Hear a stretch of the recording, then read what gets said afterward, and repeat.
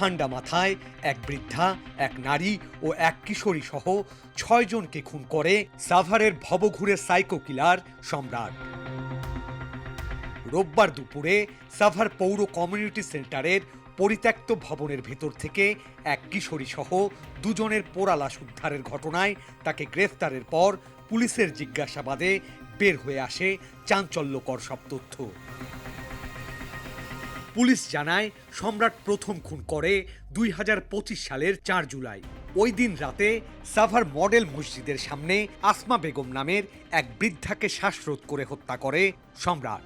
আমাদের যখন postmortem report আসে দেখা যায় তাকে শ্বাসরোধ করে হত্যা করা হয়েছে। এই ঘটনার আলোকেই আমরা পরবর্তীতে একটা মামলা সাভার মডেল থানায় মামলা রুজু হয়।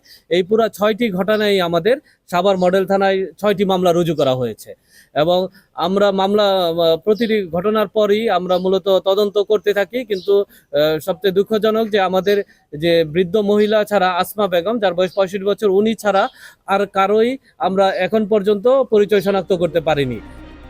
পরবর্তীতে ওই বছর ২৯ আগস্ট সাভার পৌর কমিউনিটি সেন্টারের পরিত্যক্ত ভবনের ভেতরে এক যুবককে হত্যার পর লাশ পুড়িয়ে দেয় সে। এরপর ১১ই অক্টোবর আরও এক নারীকে কমিউনিটি সেন্টারের ভেতর হত্যা করে সম্রাট। গত বছর ১৯শে ডিসেম্বর ওই কমিউনিটি সেন্টারের ভেতরেই আরও এক যুবককে হত্যার কথা স্বীকার করেছে সম্রাট। সর্বশেষ গত শনিবার রাতে এক কিশোরী সহ ২ জনকে হত্যার পর মরদেহ পুড়িয়ে দেয় সে। ভবঘুরের বেশে পথে পথে ঘুরে বেড়ানো এই সাইকো কিলার যেন হয়ে উঠেছিল ছিন্নমূল মানুষের মৃত্যুদূত। একের পর এক হত্যা, লাশ পুড়িয়ে দেয়া সহ নৃশংস কর্মকাণ্ডের ঘটনায় আতঙ্ক ছড়িয়ে পড়েছে পুরো এলাকায়।